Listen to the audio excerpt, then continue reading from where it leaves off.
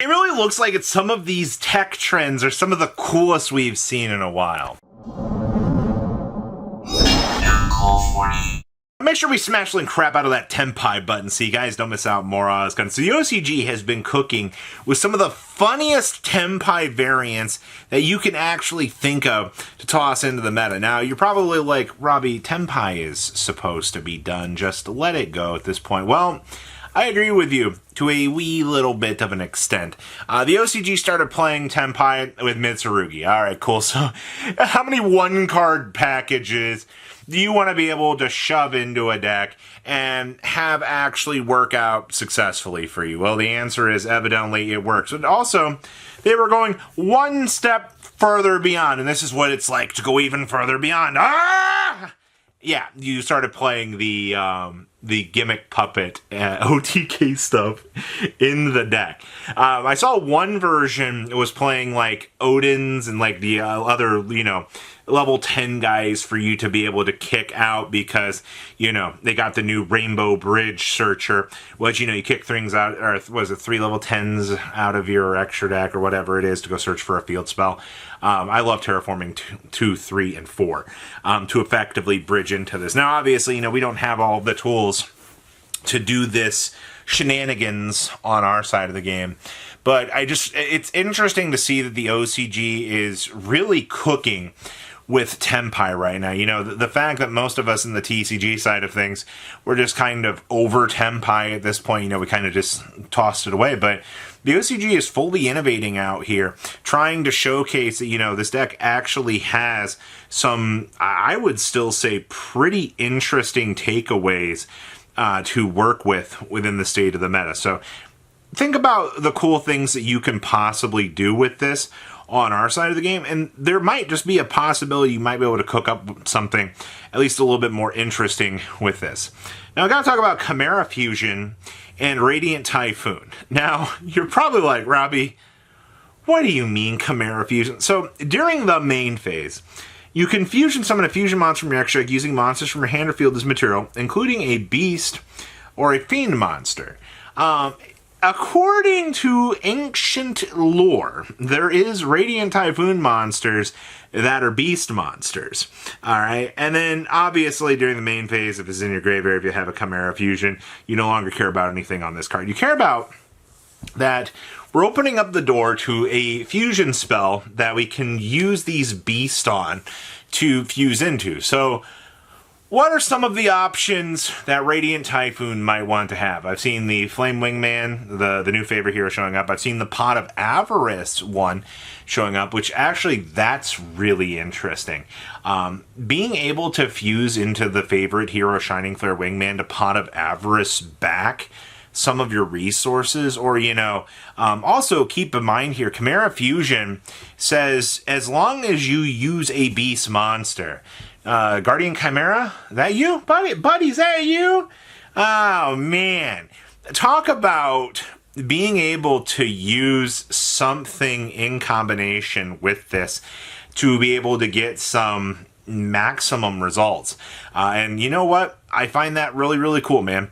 I didn't ever think I would see Chimera Fusion opening up the door here to being a real viable idea, but gosh darn it, this is just crazy enough to work. Now, I don't know if the TCG will adapt towards this at any point.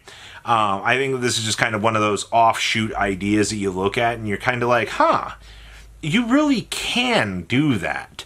And that's exactly what, we're looking at here to see these ideas. Next up is the Dark Magical Curtain and Witch of the Black Forest.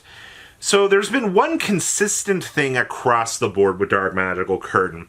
It's Yummy is in love with the curtain. The curtain allows you to bring out the Witch of the Black Forest from the deck. Alright? Link it off into Artemis. This is where you proceed to read the curtain and you go, but the curtain says I can't activate the effects of the monster I special summon. Oh, and then you realize it's only says that special summon monster. The minute it hits the graveyard, it can trigger. So you're able to trigger the Witch. The Witch also has an effect that says you can't activate the effect of the monster you added to your hand. And then you realize, oh, so that means I can't use the Yummy searches, but that doesn't matter. You're searching for a yummy monster. Now that you've got the Artemis on the field, you can spot some of the yummy monster from your hand because it's you can use it. All right. Whatever special summon effect the yummy monster has, you can't use. We don't really give a crap about that. That's not what we're here for. We're here for the fact that we are getting consistency, and also the fact that, you know, if you curtain bring out the witch, and then you proceed to, you know, go main phase, link out into the witch, and they draw you after the search of the witch. You still have Yummy in hand. You're still going to be able to do, you know, Yummy combo to develop into that board. That's fine. This is one of the instances where Droll doesn't actually punish you and doesn't do anything to, you know, too terribly ruin the advancement of the game plan, which is just fine. I am honestly okay with officially saying, yeah, we've got a game plan. We actually have something. So I've seen a lot of the Witch. The Witch has been doing a lot of great plays and has really kind of done some good things to kind of revitalize what, you know, Yummy wanted. And we've got Ghoti Assault Mode. So this one, to me, is one of the funniest ideas that I have seen on paper. Because you kind of have to do a double take on this. You have to be like, huh, really? Like, I obviously, like, does anything in Ghoti luck? I couldn't answer that question. The only thing I can tell you about Ghoti monsters is you have a very wide range of levels available to you that you can kind of pick out and work with. And that's kind of why I thought that this package looked a little bit attractive in the design space, because, you know, the minute that you start seeing these different levels that you can work with, it's going to come down to, you know, how consistent it's going to be. Now, I did see, obviously, you know, getting to splash in the emergency teleport stuff, getting the ability to, you know, get all of these extra bodies effectively set up so you could play the game, actually is, dare I say, kind of nice. Once again, I mean, Ghoti stuff generates 8s. The Psychic, I want to say the Psychic Kappa, but the Assault Mode stuff also puts 8s on the field. The only real ones that I've seen the deck playing were the Crimson Blader and the Stardust Dragon Assault Mode. So, I mean, really, you're just kind of relying on the Stardust Assault Mode to kind of get you through the game, on top of, you know, all of the advantage that the Ghoti package is trying to give to you. So, okay, I mean, seems good. I mean, I think I've seen 4 variations of this pop up in the last week.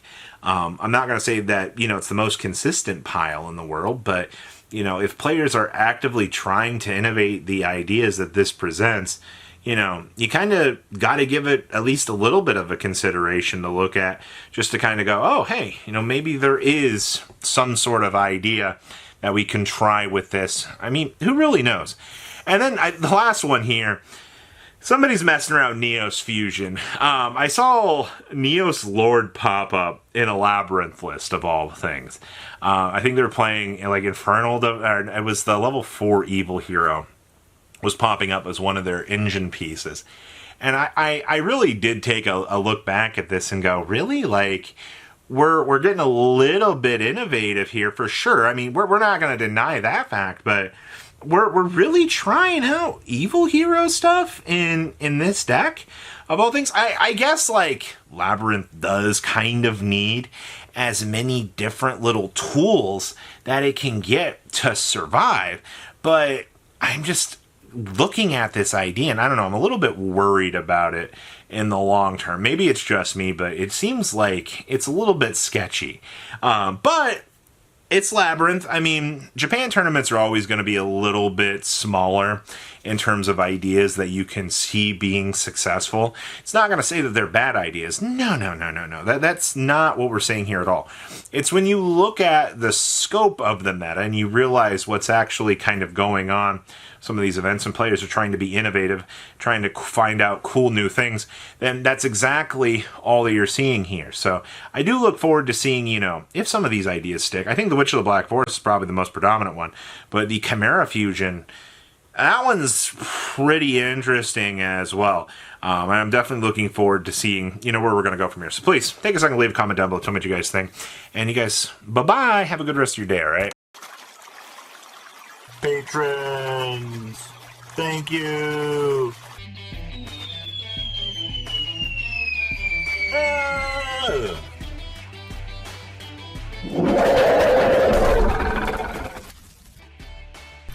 Thank you so much for watching. Check out these other videos.